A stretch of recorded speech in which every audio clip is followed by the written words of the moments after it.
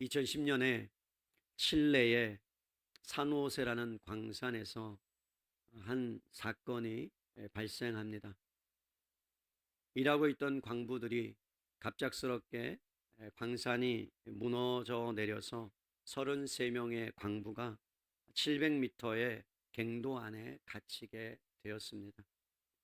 갑작스러운 붕괴로 입구가 통째로 무너져 버렸고, 지상에서는 그들이 살았는지 죽었는지 알 수 없는 그러한 상황 가운데 국가가 비상 체제가 돌려지게 되고, 그리고 그들을 또 구출하기 위해 여러 지혜와 또 여러 도구를 통해서 광산을 이렇게 복구하거나 또 구출하려는 계획들을 세웠습니다. 캄캄한 가운데 17일이라는 시간 동안 광부들은 이틀도 되지 않는 비상식량을 하루에 한두 푼씩 나누어 먹으며 버텼다고 합니다. 얼마나 두려웠겠어요. 캄캄한 곳, 그리고 살아갈 수 있을지, 돌아갈 수 있을지, 그리고 가족들을 생각하며 여러 가지의 생각들이 있었을 것 같습니다. 아무도 살았는지 죽었는지를 확인해 줄 수 없었던 그 시간, 지상에서는 구조팀이 밤낮 없이 시추공을 뚫기 시작합니다.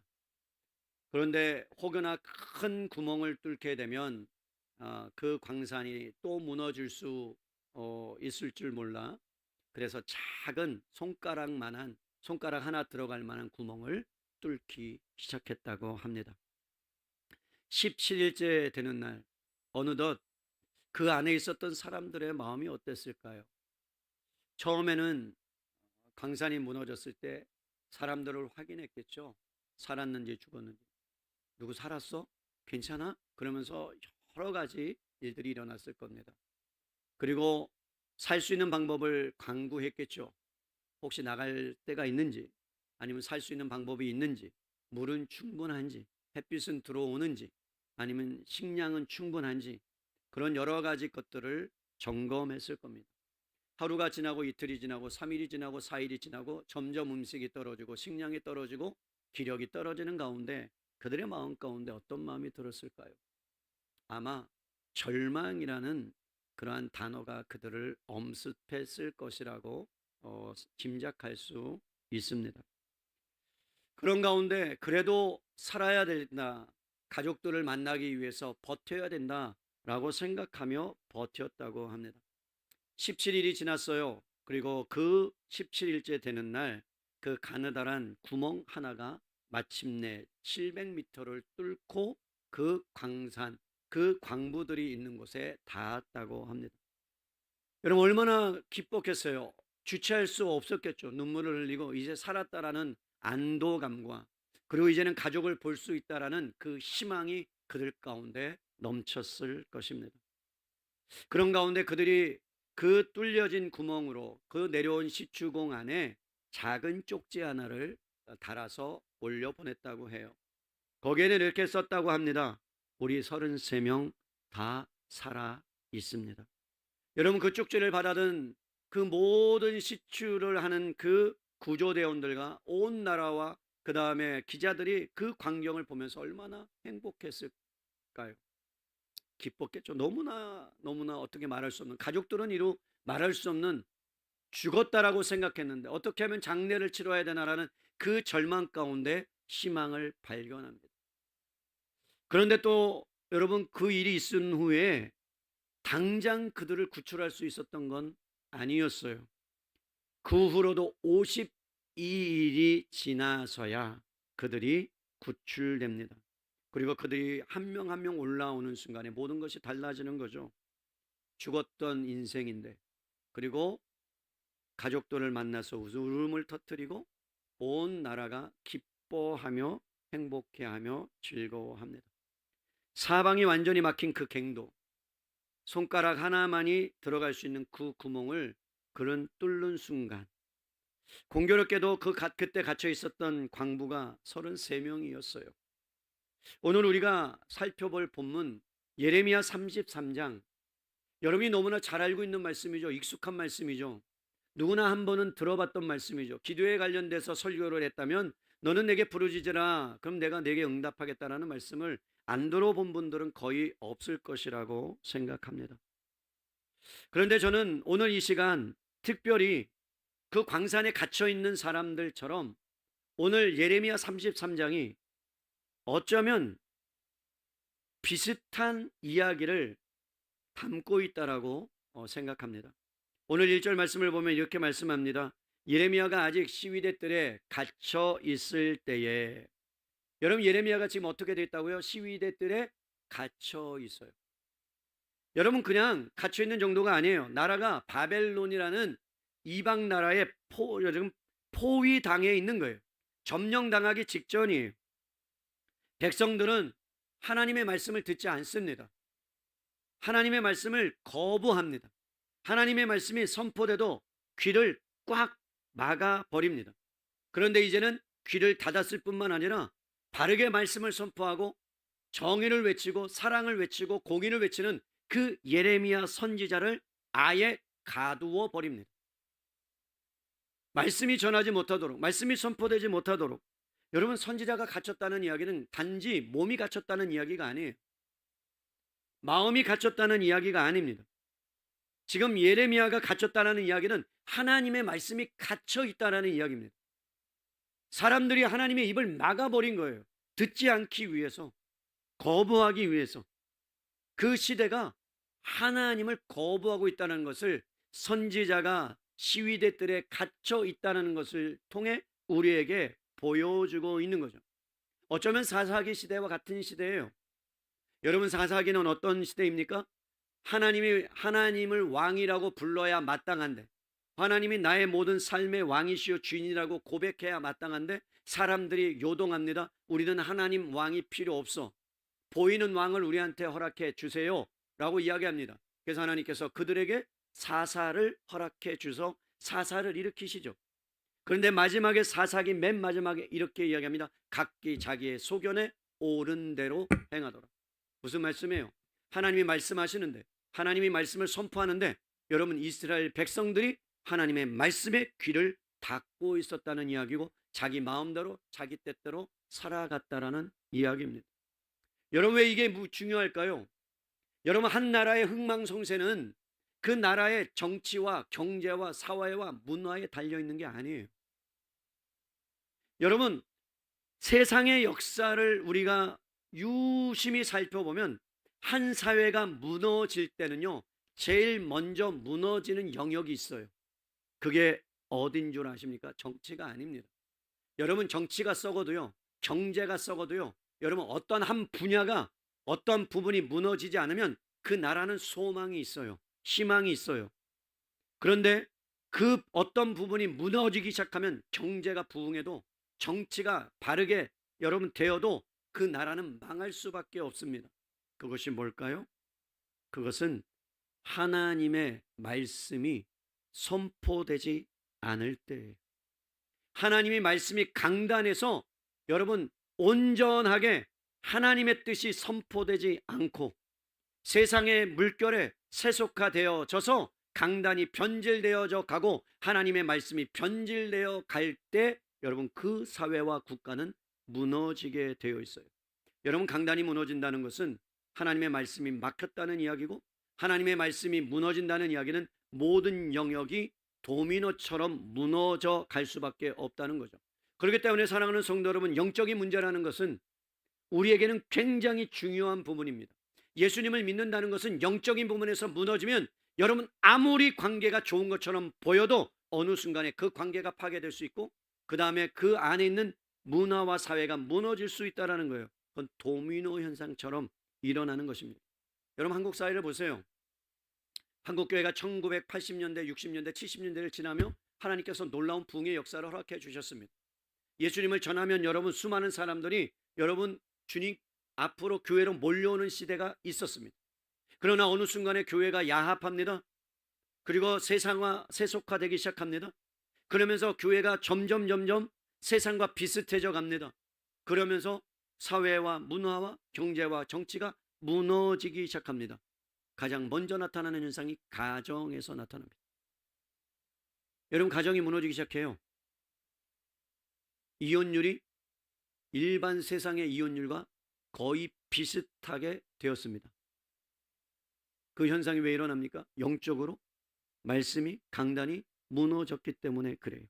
오늘 예레미야가 아직 시위대 뜰에 갇혔을 때라는 뜻은 지금 무너져 가고 있다라는 거예요. 이스라엘이 무너져 가고 있다는 거예요.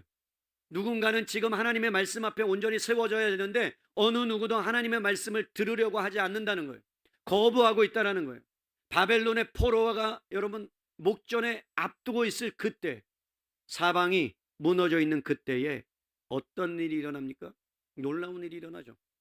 여러분 1절을 다시 한번 볼까요? 예레미야가 아직 시위대 뜰에 갇혔을 때에 여호와의 말씀이 그에게 몇 번째 임해요? 두 번째. 그러니까 먼저 말씀이 임했다는 거예요. 여러분, 말씀이 임했는데 그 말씀대로 살지 못한 거예요. 그러니까 무너져 가는 거예요. 그래서 하나님이 깨닫게 하기 위해서 허락하시죠. 이방인의 포로가 되도록 적군에게 그 이스라엘을 내어줄 수밖에 없는 상황이 만들어져 가는 거죠. 그럼에도 불구하고 깨닫지 못해요. 그런 가운데 예레미야를, 하나님의 말씀을 전하는 그 선지자를 가둬버립니다. 하나는 사방이 막혀 있어요. 그런데 하나는 무엇인가 뚫고 들어왔다는 거죠. 여러분, 인간적으로 보면 예레미야 상황은 완전히 끝난 것처럼 보입니다.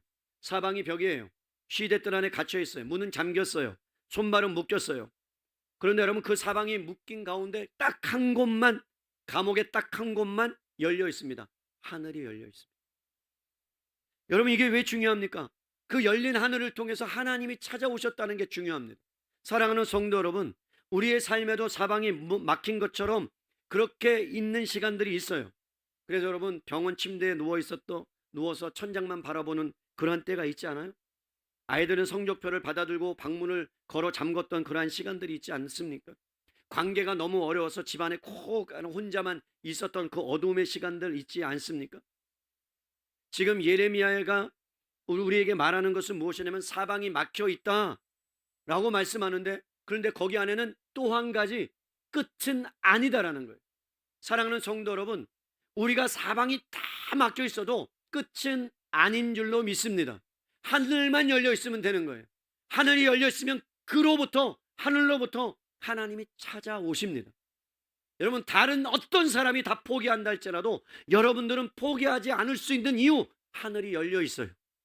그 하늘을 붙들고 하나님이 찾아오시기만 하면 되는 거예요. 그렇기 때문에 여러분, 하늘이 뚫려 있으면, 말씀이 임하면 그 자리가 감옥이어도 상관없습니다. 여러분 보세요. 바울과 실라가 감옥에 갇혔어요. 자신의 죄로 갇힌 게 아니에요. 복음을 전하다 갇혔어요. 그런데 감옥에 갇혀 있습니다. 그런데 뭐 하고 있습니까? 하나님을 찬양합니다. 하나님을 예배합니다. 여러분, 손발이 묶여 있어요. 착고에 차여 있어요. 그런데 모든 것이 다 막혀 있는 그 순간에 하늘만은 뚫려 있어요. 하늘로부터 찬양 가운데 하나님이 임하십니다. 그러면서 감옥이 열려져요. 손발이 풀려져요. 놀라운 은혜의 역사가 일어납니다. 사랑하는 성도 여러분, 그 자리가 우리가 감옥이 되었든 병실이 되었든 골방이 되었든 상관없이 여러분, 하나님이 임하시기만 하면 소망은 시작된 줄로 믿습니다. 내가 지금 어디 있느냐가 중요하지 않아요. 내가 어떤 상황에 있느냐가 중요하지 않아요. 정말 중요한 것은 하나님의 말씀이 그 가운데 임하느냐예요. 여러분과 함께 있느냐예요. 성도에게 가장 두려운 것이 무엇인 줄 아십니까? 여러분, 우리는 환경이라고 생각합니다. 내 환경이 나를 두렵게, 맞아요. 그러나 여러분, 그것보다 더 무서운 것이 뭔 줄 아십니까? 환경보다 더 두려운 것은, 예수님을 믿는 사람은 하나님의 음성이 들리지 않는 거예요. 하나님의 말씀이 들리지 않는 거예요. 여러분, 성경은 그것을 진짜 재앙이라고 이야기해요. 그게 저주라고 이야기해요. 사랑하는 성도 여러분, 하나님의 말씀이 사라지고 하나님의 말씀이 들려지지 아니하고 하나님의 말씀이 여러분 가운데 역사하지 않는 것이 여러분에게 재앙입니다. 저는 여러분들이 어떠한 어려운 상황이라 할지라도 하나님의 말씀이 여러분과 함께 있다면 그것은 축복인 줄로 믿습니다. 사랑하는 성도 여러분, 성경을 넘겨보다 보면 하나님께서 침묵하는 그러한 시간들이 많이 있으셨어요. 여러분, 아담과 하와가 죄를 범죄했을 때 하나님은 곧바로 역사하지 않으셨어요. 죄를 범죄하고 여러 가지 일들이 있는 다음에 아담아라고 주님이 찾아오십니다. 여러분, 아브라함도 방황하고 있을 때 주님이 찾아오십니다. 그래서 내 본토 친척 아비 집을 떠나 내가 너에게 지시할 땅으로 가라고 합니다. 여호와의 말씀에 순종해서 기쁨으로 갑니다. 여러분 갔어요. 그런데 뭘 만나요? 애굽을 만나요. 어려운 피난을 길을 가게 돼요. 기근을 만나요. 애굽으로 내려가요. 갔는데 또 어떤 일이 일어나요? 사람들이 여러분 그를 가만히 두지 않아요. 어려움을 만납니다. 그 어려움 가운데 거짓말을 합니다. 속입니다. 그러다가 하나님께서 그 아이에게 뭐라고 말씀해요? 내가 너를 택하였기 때문에 너를 복의 근원으로 만들고야 말겠다라는 하나님의 약속만큼은 여러분 사라지지 않았어요. 하도 의심하니까 하나님이 그를 데리고 나갔어요. 어디로 가세요? 밤에 데리고 나가요. 그러면서 여러분 그 별들을 보여주세요. 그러면서 그 쏟아지는 별들을 봐라. 너의 자손이 그렇게 될 것이다 라고 확인시켜 주세요. 증거를 주세요. 여러분 아브라함에게 왜 그걸 보여줘요? 너 볼 때마다 내가 너에게 주는 약속을 잊지 말아라. 너가 그렇게 후손이 그렇게 풍성하게 될 것이라는 약속의 메시지를 줍니다. 바다에 나가서 모래알을 세보라고 합니다. 그런데 어떻게 합니까? 아브라함이 여러분 하나님의 말씀의 약속을 믿지 못합니다. 그리고 나서 이스라엘을 낳게 돼요. 하나님이 원하시는 사람이 아니었어요. 하나님이 원하시는 약속이 아니었어요. 그러자 어떤 일이 일어나요? 하나님이 침묵하세요. 말씀하지 않으세요. 몇 년 동안요? 10몇 년 동안요. 여러분 얼마나 답답했겠어요? 얼마나 답답했겠어요? 그런데 놀라운 것은 성경에 보니까 여러분 이스마엘 때문에 너무나도 행복해 보였대요. 성경은 그렇게 표현해요. 이스라엘로 인해서 기뻐했다고. 여러분 말씀이 처음에 여러분에게 들려지지 않으면 답답해요. 그런데 그것이 점점 익숙해지면요 괜찮아지는 것처럼 보여요. 하나님의 말씀이 없어도 사는 것처럼 보여요.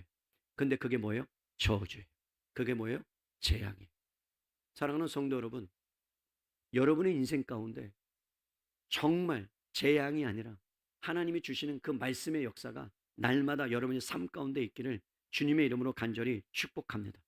말씀을 따라 살았던 그 아브라함이 말씀이 사라진 광야에서 방황하기 시작하는 거예요. 여러분 신약과 구약의 400년이라는 침묵 가운데 여러분 이스라엘에게 그 400년이라는 시간은 재앙과 같았던 시간이에요. 하나님의 말씀이 들리지 않습니다. 그것은 여러분 한편으로는 하나님이 말씀하지 않는 부분도 있지만 이스라엘 백성이 하나님의 말씀을 듣지 않으려고 거부한 것도 있다는 거죠. 여러분 사람이 견딜 수 있는 것에는 한계가 있어요. 견디는 것에 한계가 있어요.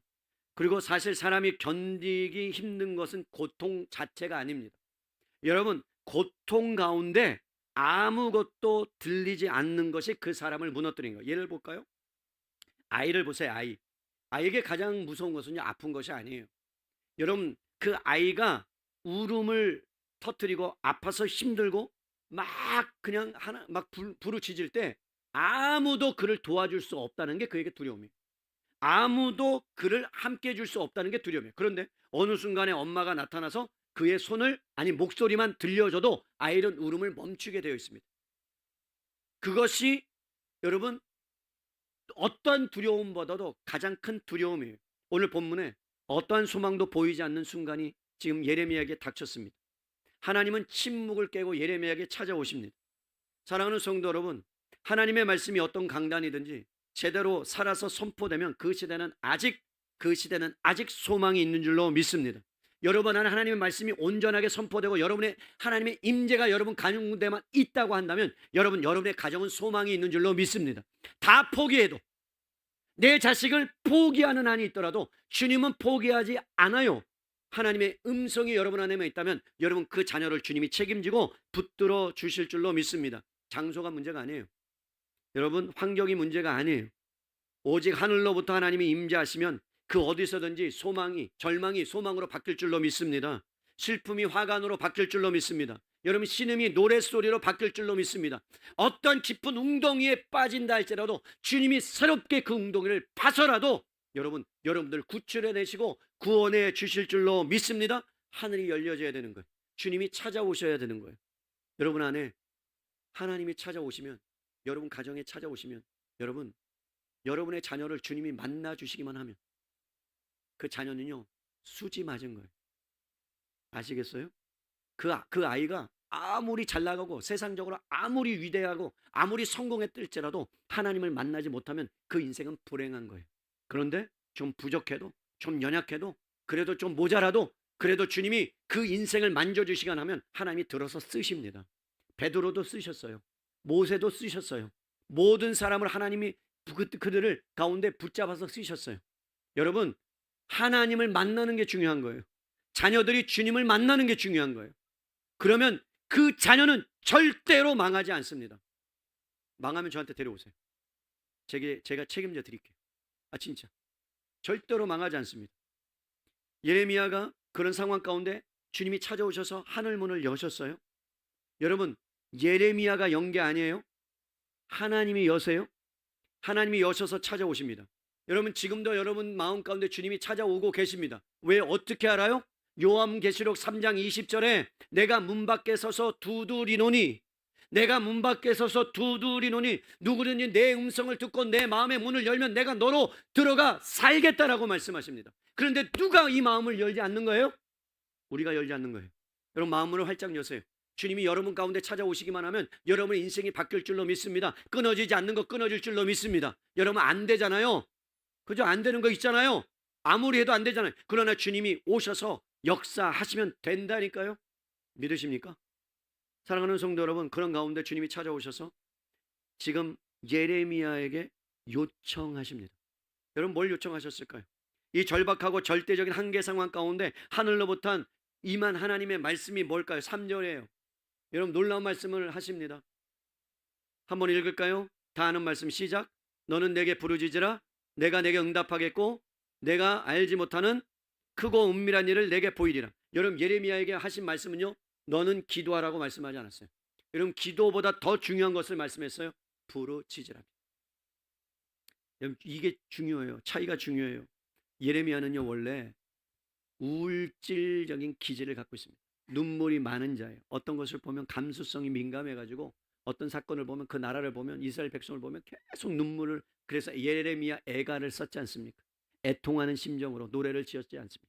그런데 여러분, 쉽게 마음이 무너지는 성격이에요. 성격이 조용해요. 슬픔에 잠기기 쉬운 사람이었어요. 근데 캄캄한 감옥에 갇혀 있으니 그의 마음이 이미 밑바닥까지 가라앉지 않았을까요? 여러분, 주님의 말씀이 임했으니까 야, 이제 주님이 뭔가 대단한 것을 하시겠다라고 생각하고 있지 않겠어요?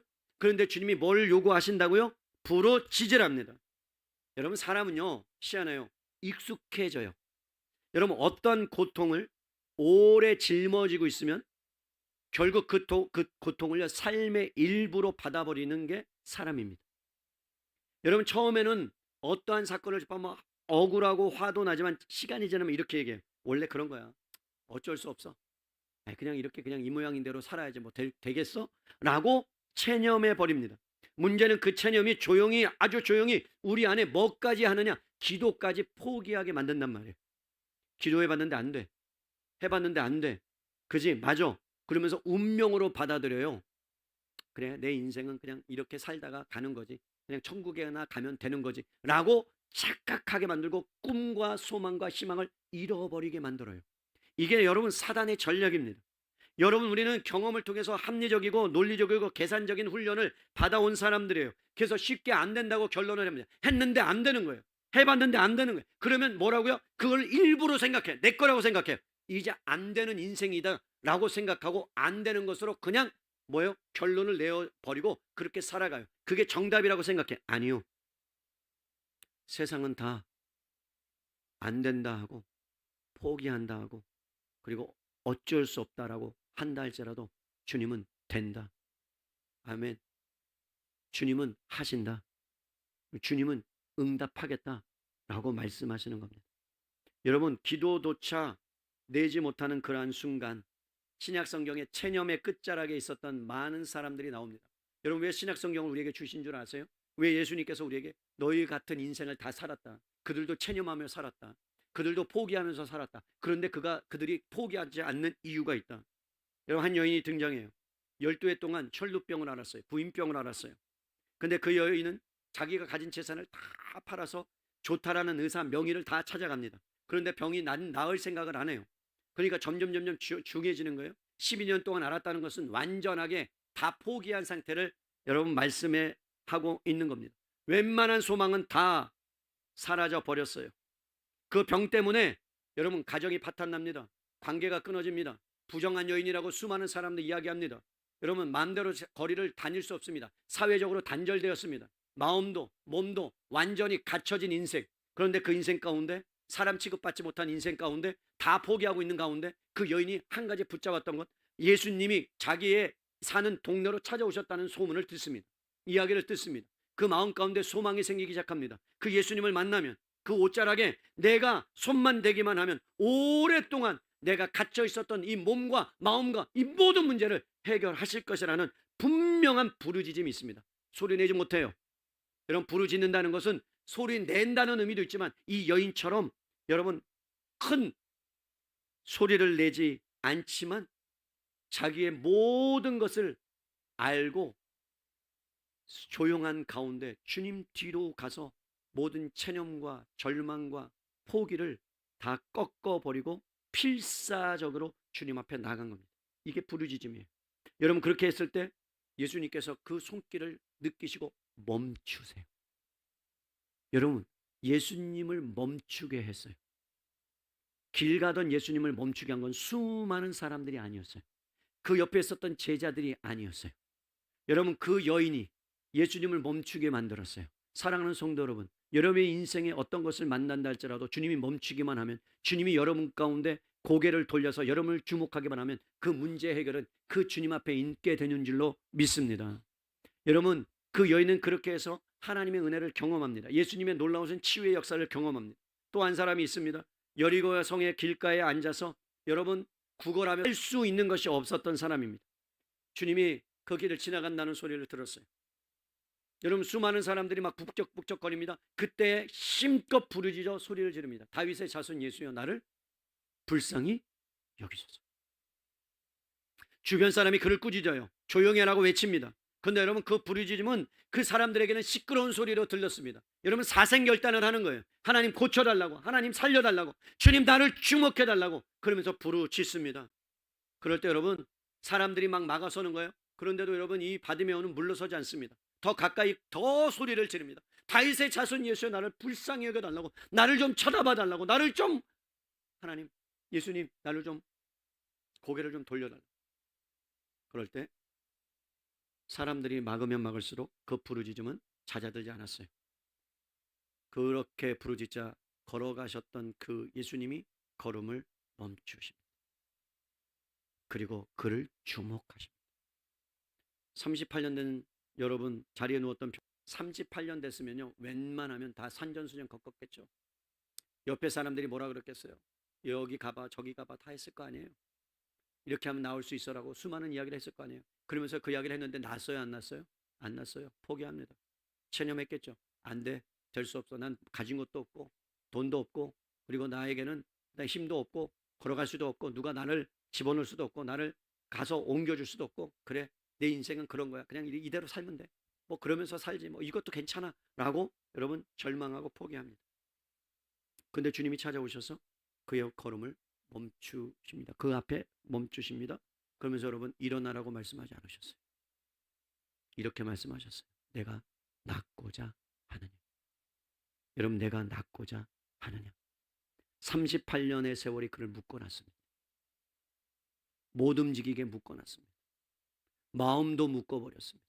체념하게 만들었습니다. 포기하게 만들었습니다.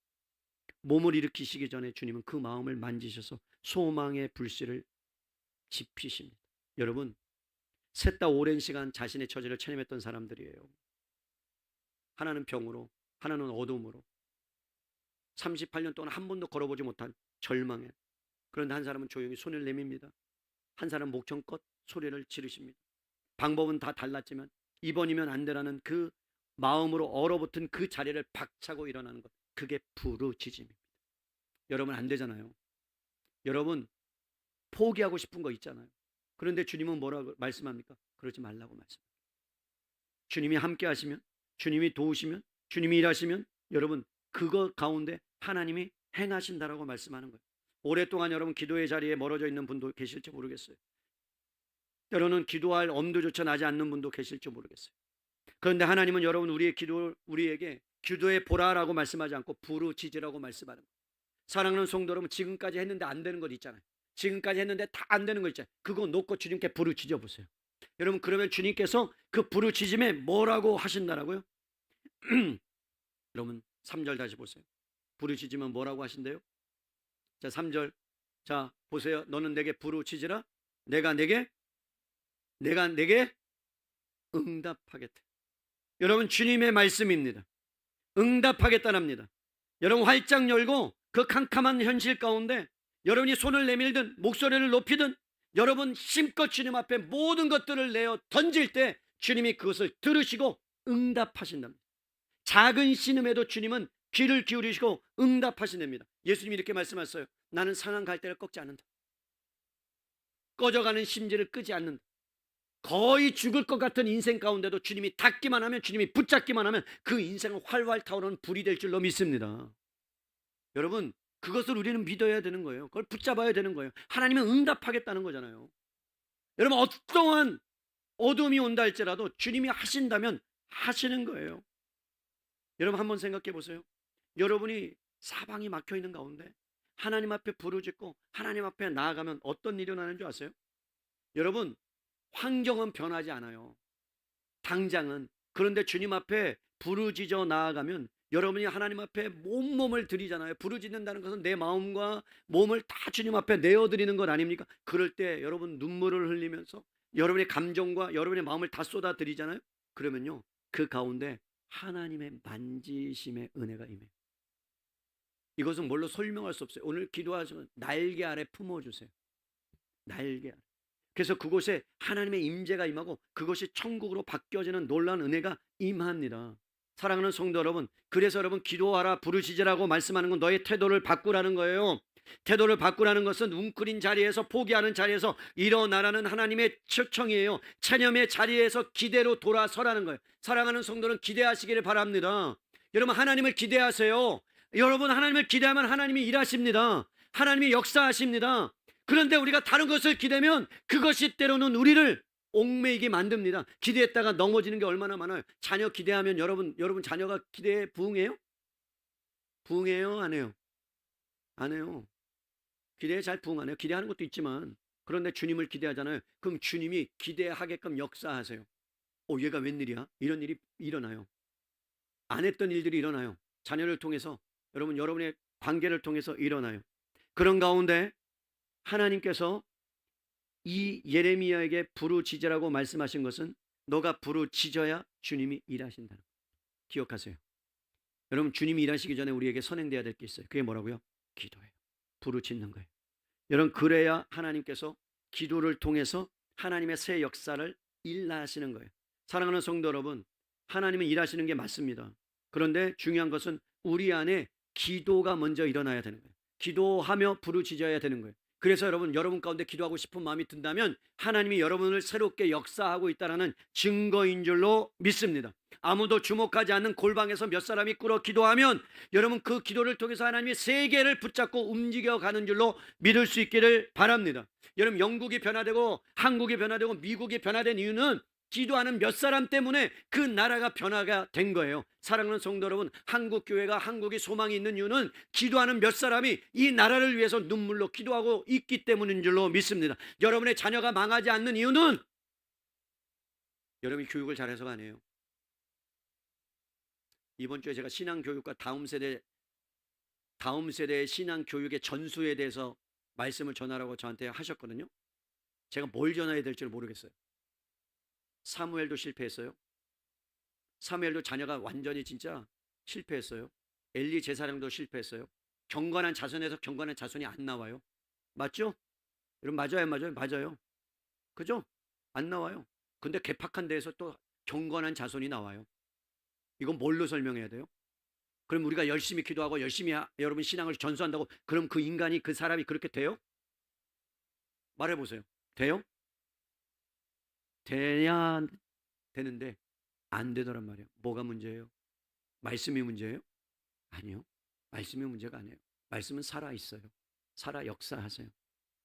여러분, 놀라운 걸 깨달은 건 뭐냐면 자녀를 교육할 때 주님은 자녀를 주신 이유는, 여러분, 자녀를 주신 이유는 부모 때문에 주신 거예요. 부모 때문에.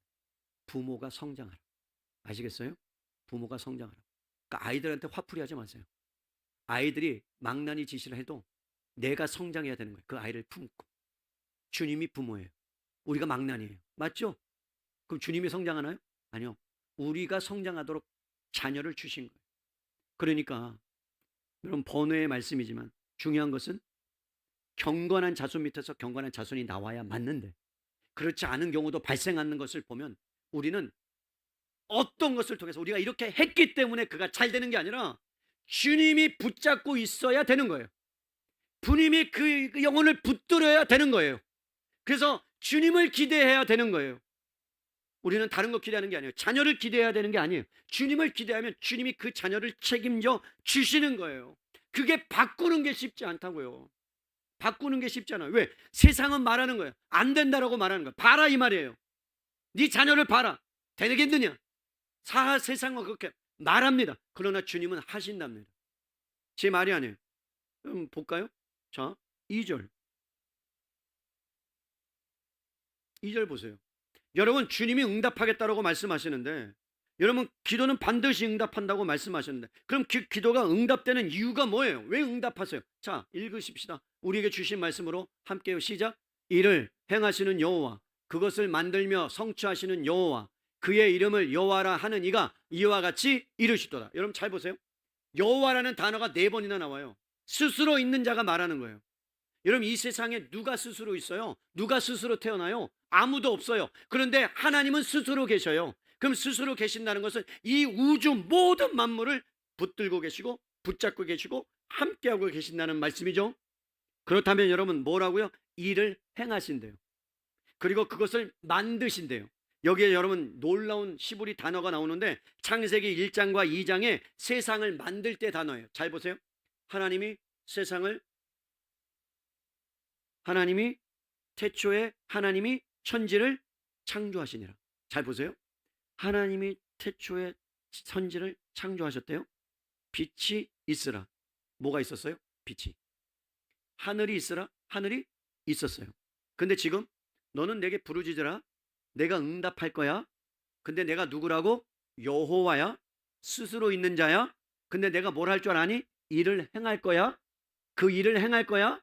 그런데 그 일을 행하는데 뭐라고요? 그걸 만들어내고 말 거야 라는 거예요. 만든다는 거예요. 창조하겠다는 거예요. 사랑하는 성도 여러분, 주님이 세상을 창조할 때 그대로 계셨다면, 그대로 있었다면, 그대로 되었다면, 너는 내게 부르짖으라.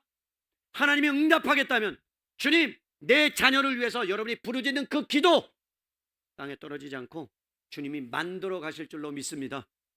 만들어 가실 줄로 믿습니다. 그것을 주님이 말씀한 거예요. 예레미야야, 내가 이스라엘을 그렇게 만들고 말 거야. 내가 세상을 창조했듯이 너희는 다 나를 거부하고 떠나갔지만 내가 너희를 그렇게 만들고야 말 거야. 나는 이를 성취하는 여호와야. 내가 할 거야. 너는 나에게 뭐만 하면 돼?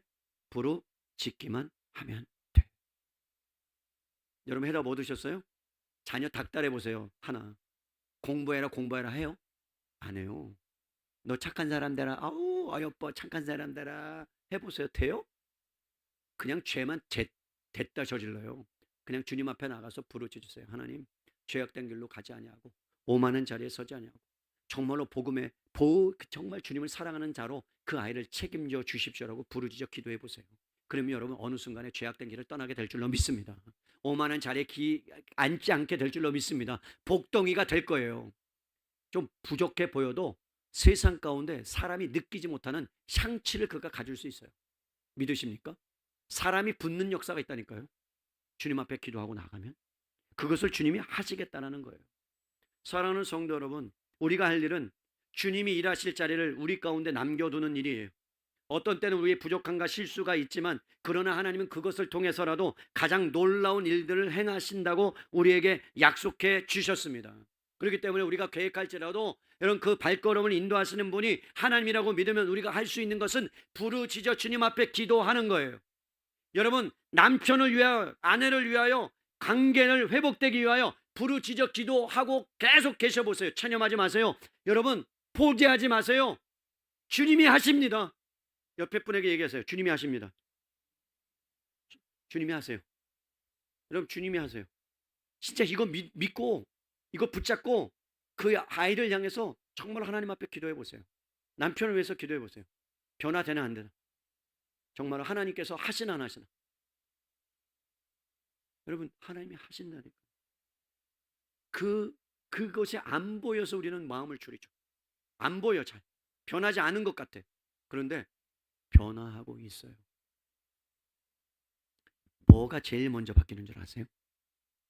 그럼 그가 변화되고 있다는 증거가 뭘까요? 마침은 저하고 데이트할 수 있는, 제가 식사를 대접할 수 있는, 뭐가 제일 먼저 변화될까요? 네? 언어가 변화돼요. 여러분, 언어가. 잘 살펴보세요. 언어가 변화돼요. 그 사람의 언어가 변화돼요. 잘 살피세요. 주님 앞에 기도하고 부르짖어서 주님 앞에 나아가면 하나님 응답하신데 그 언어가 바뀌어집니다. 언어가 바뀌어졌다는 이야기는 다르게 말할게요. 마음의 변화가 일어난 거예요. 마음이 변화돼 언어가 바뀌어요. 아시겠습니까? 언어가 바뀌어야 마음이 바뀌는 게 아니고 마음이 만져지기 시작하면 언어가 달라져요. 부모에게 대하는 태도와 언어, 다른 사람에게 대하는 태도와 언어가 달라집니다. 이거는 긍정의 언어와 달라요. 주님에 대한 확신과 믿음에 대한 언어로 바뀌어집니다. 사랑하는 성도 여러분, 이제 말씀을 좀 정리할까 합니다. 주님은 내게 부르짖으면 응답하겠다라고 말씀하시고 그 응답 후에 어떤 일이 일어나느냐. 6절을 보세요. 여러분, 그러나 보라 내가 이 성읍을 뭐 할 것이요? 치료하며. 거기다 여러분, 내가 이 가정을 뭐하며? 치료하며. 내가 내 자녀를 치료하며 너의 자녀를 치료하며 고쳐 낫게 하고 평안과 진리, 진실이 풍성함을 그들에게 나타낼 것이며. 할렐루야. 여러분, 내가 유다의 포로와 이스라엘 포로를 뭐하게 하고 돌아오게 하고 그들을 처음과 같이 세울 것이며 죄 없던 시절 하나님을 사랑했던 것으로 바꾸게 할 것이며 여러분의 자녀를 놓고 그렇게 기도해 보시란 말입니다. 그러면서 내가 그들을 내가 범한 모든 죄악에서 정하게 하며 그들이 내게 범하여 행한 모든 죄악을 사하며 9절 같이 읽어요. 시작. 이 성읍이 세계 열방 앞에서 나의 기쁜 이름이 될 것이며 찬송과 영광이 될 것이며 그들은 내가 이 백성에게 베푼 모든 복을 들을 것이며 내가 이 성읍에 베푼 모든 복과 모든 평안으로 말미암아 두려워하며 떨리라. 그가 세워지는데 이스라엘이 세워지는데 수많은 나라가 이스라엘 백성 때문에 두려워 떠는 역사. 여러분, 놀라운 일이 일어난다는 거예요. 사랑하는 성도 여러분, 주님은 이런 응답을 우리에게 주신다고 약속하십니다. 그러면서 9절, 여러분 9절에서 10절, 10절, 11절 말씀, 10절, 11절 말씀을 우리 함께 읽어봅시다. 시작. 여호와께서 이와 같이 말씀하시니라. 너희가 가리켜 말하기를 황폐하여 사람도 없고 짐승도 없다 하던 여기 곧 황폐하여 사람도 없고 주민도 없고 징숨도 없던 유다 성읍들과 예루살렘 거리에서 즐거워하는 소리, 기뻐하는 소리, 신랑의 소리, 신부의 소리와 및 만군의 여호와께 감사하라. 여호와는 선하시니 그 인자심이 영원하다는 소리와 여호와의 성전에 감사제를 드리는 자의 소리가 다시 들리리니 이는 내가 이 땅에 포로를 돌려보내어 지난 날처럼 되게 할 것임이라. 여호와의 말씀이니라. 여호와의 말씀이니라. 할렐루야. 하나님이 말씀하셨는데 여러분 놀랍게 황폐했는데 사람이 없는데 거기에 뭐예요? 즐거워하는 자리, 기뻐하는 소리, 여러분 주민도 없는데 신랑의 소리, 신부의 소리, 수많은 사람들이 회개하고 주님께로 돌아오는 놀라운 은혜의 역사를 하나님이 하신답니다. 부르짖을 때 하신답니다. 사랑하는 성도 여러분, 저는 여러분들 예레미야처럼 사방이 막힌 감옥에 그래도 하늘이 열려 있다면 우리에겐 소망입니다. 여러분, 응답을 이루시는 분은 하나님이세요. 창조의 하나님, 쉬지 않는 그 하나님이 여러분 가운데 사망의 음침한 골짜기를 다닐지라도 사망이 막힌 것처럼 관계가 막히고 건강이 막히고 앞날이 막힌다 할지라도 딱 한 곳만 뚫려 있으면 됩니다. 하늘만 뚫려 있으면 됩니다. 하늘을 바라보면 됩니다. 그러면 주님이 임재하셔서 여러분의 인생 가운데 찾아오시기만 하면 여러분 그 인생은 복된 인생이요, 풀린 인생이요, 해방된 인생이요, 자유함된 인생인 줄로 믿습니다. 체념하고 주저앉지 마세요. 포기하지 마세요. 여러분 문이 닫혔다고 이미 늦었다고 스스로 갇혀버리지 마세요. 철로병 여인처럼 손을 내미세요. 바디메오처럼 부르짖으세요. 그리고 얼어붙었던 마음들을 주님 앞에 내어드리면 신음이 노래로 바뀔 겁니다. 절망이 소망으로 바뀔 겁니다. 그리고 주님이 여러분의 인생을 성취하고 만드시는 새 창조의 역사가 여러분의 삶에, 여러분의 가정에 임하게 될 줄로 믿습니다. 그런 은혜가 여러분 우리 안에 있다는 거예요. 그래서 여러분 소망의 비밀 부르짖어 기도하십시다. 그러면 하나님이 여러분의 인생, 여러분의 가정, 여러분의 직장 가운데 임재하셔서 여러분 해결할 것 해결하시고 정리할 것 정리해 주실 줄로 믿습니다. 아멘. 우리 시간 들은 말씀 생각하면서 다 같이 자리에서 일어나셔서 하늘의 문을 여셔서 찬양 부르시고 한두 가지 기도하고 예배 마치도록 하겠습니다.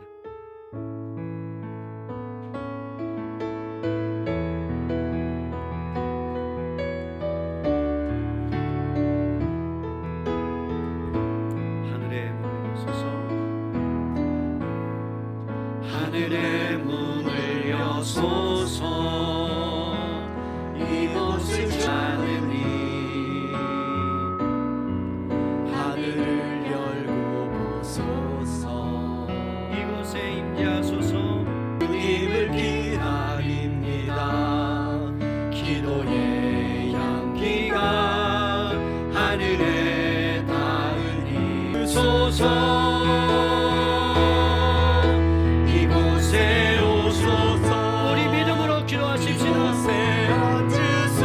이곳에서 드리는 예배를 받으소서 주님의 이름이 주님의 이름만이 오직 주의 이름만 이곳에 있음 이곳에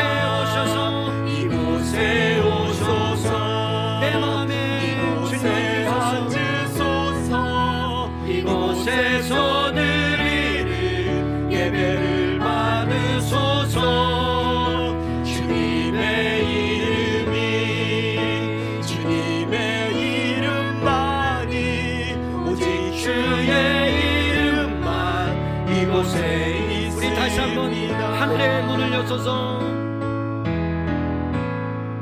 하늘의 문을 여소서 주님 이곳을 주목하소서 주를 향한 노래가 꺼지지 않으니 하늘을 열고 보소서 하늘을 임재하소서 이곳에 임재하소서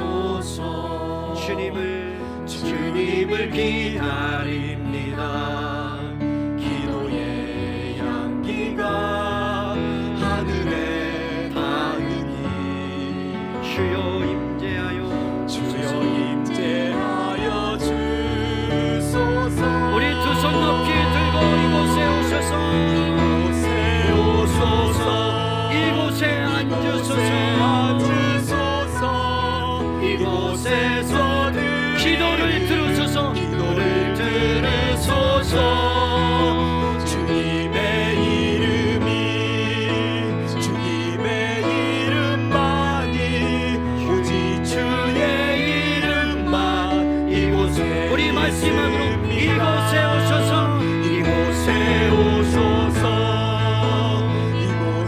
앉으소서 이곳에서 기도를 들으소서 주님의 이름만이 오직 주의 이름만 이곳에 있습니다. 사랑하는 성도 여러분, 우리에게 필요한 것은 부르짖는 겁니다. 하늘은 열려 있습니다. 주님이 부르짖으라 말씀하십니다. 그러면 내가 내게 응답하겠다라고 약속해 주셨습니다. 그거 비밀한 일을 내가 너에게 가르쳐 주겠다, 알려주겠다. 아무도 황폐한 아무도 없는 곳에 수많은 사람들이 기뻐하고 찬양하는 그것을 내가 행하고야 말겠다. 주님이 그렇게 말씀하셨다면 주님은 하시고야 마시는 분입니다. 여러분, 사망에 막혀있는 것이 있습니까? 상한 갈대를 꺾지 아니하고 꺼져가는 심지를 끄지 아니하시는 하나님 앞에 기도하십시다. 하나님, 내가 주님께 부르짖습니다. 주님께 간구합니다. 불쌍히 여겨주시고 긍휼히 여겨주시고 내게 응답하여 주옵소서. 우리 주여 한번 부르며 기도합니다. 주여. 아버지 하나님 고맙습니다. 감사합니다. 하나님 부르소리로는 아버지 내가 마음을 열면 내가 너로 들어가 더불어 먹고 살겠다 약속하신 하나님, 주여 불쌍히 여겨주시며 긍휼히 여겨주시며 아버지 불쌍히 여겨주시며 긍휼히 베풀어주시며 우리 안에 절망이 떠나가게 하시고 안 되는 것이 떠나가게 하시고 전염이 떠나가게 하시고 오직 하나님 예수의 이름이, 예수의 능력이, 기쁨이, 소망이 우리 안에 넘쳐날 수 있도록 인도해 주시기를 간절히 바라고 원합니다. 아버지 하나님 고맙습니다. 우리 교회가 앞으로 하나님 나아가야 될 것들을 가르쳐 주시며 응답하시며 일하여 주심을 감사합니다. 부르짖어 기도하는 자는 망하지 않습니다. 기도하는 자는 망하지 않습니다. 자녀를 위해서 기도하고 남편을 위해서 기도하고 아버지가 기도할 때 아버지 하나님 회복되는 놀라운 은혜의 역사가 일어나게 될 줄로 믿습니다. 아버지 하나님께 모든 영광을 돌리고 오직 주님이 일하시며 주님이 역사하시는 귀한 저희들의 삶이 되도록 주님 일하여 주시옵소서. 아버지 하나님 감사와 찬양과 주님께 영광을 올려드립니다. 주님 인도하시고 주님 붙들어 주시고 우리 가운데 오직 주님의 이름만이 영광 받으시는 우리를 통해서 일하시는 귀한 저희들의 삶이 되도록 주여 역사하여 주옵소서. 주님 감사하기 때문입니다. 하늘이 열려있기만 하면 하나님 그 하늘을 통해서 주님이 생명과 희망과 소망을 우리에게 공급해 주시기에 우리가 주님 앞에 아내를 위해서 부르짖어 기도할 때 하나님 응답하시는 하나님께서, 성취하시는 하나님께서 새 창조의 역사를 허락하여 주실 줄로 믿습니다. 아멘. 아버지 끊어질 것 끊어지게 하시고 아멘. 회복될 것 회복되게 하시고 아멘. 치료될 것 치료되게 하여 주옵소서. 아멘. 아버지 하나님 다스린 예수 이름으로 나의 모든 것들 악한 것들이 끊어질지어다. 아멘. 나의 모든 질병은 떠나갈지어다. 아멘. 주님 말씀하셨습니다. 우리가 부르짖고 선포하며 나갈 때에 하나님 회복되고 일으켜지고 세워지는 역사가 일어날 줄로 믿습니다. 아멘. 하나님 교회를 주님 앞에 올려드립니다. 하나님 우리 사랑의 교회가 아버지 앞으로 주님께서 원하시는 그 방향으로 가게 될 줄로 믿습니다. 하나님 아버지 저희 교회를 사용해 주시고 우리 성도님들을 사용하여 주시옵소서. 아멘. 귀한 예물 올려드립니다. 예물 받으시고 하나님 나라 위에 영광 위에 하나님 애쓰고 수고하는 그 땀방 흘리는 것들을 받으시며 아버지 하나님 직장에 복을 주시고 사업에 복을 주시고 건강의 은혜도 주셔서 하나님 주님을 위해 마음껏 우리의 육체와 마음과 물질을 하나님 사용할 수 있도록 인도하여 주시옵소서. 아멘. 특별히 자녀들을 위해서 기도합니다. 하나님 아버지 내 자녀 아닙니다. 주님의 것입니다. 맡겨주셨습니다. 자녀를 통해서 우리가 아파하고 아버지 하나님 그 자녀를 통해서 우리가 성장해 가고 주님을 닮아가는 것, 주님을 따라가는 것, 그렇게 우리를 아버지 하나님 자녀를 위해 기도할 때 아버지 하나님 놀라운 은혜의 역사를 베풀어 주시고 우리가 성장해가는 귀한 부모들 되게 도와주시옵소서. 아멘. 이제는 죄와 사망의 권세를 깨뜨리시고 부활의 생명 되어 주신 예수 그리스도의 은혜와 하나님과 우리의 극진하신 사랑하심과 성령님의 내주 교통 역사 함께 하심이 오늘 말씀을 통해서 소망의 비밀을 알고 부르짖어 날마다 주님의 응답을 경험하며 살아가기를 원하는 은혜의 사랑의 교회 모든 성도님들 머리 위에와 한국교회 북한 동포와 세계 열방과 물구는 기도학교와 다음 세대 위에 이제부터 영원토록 함께 있을지어다. 아멘.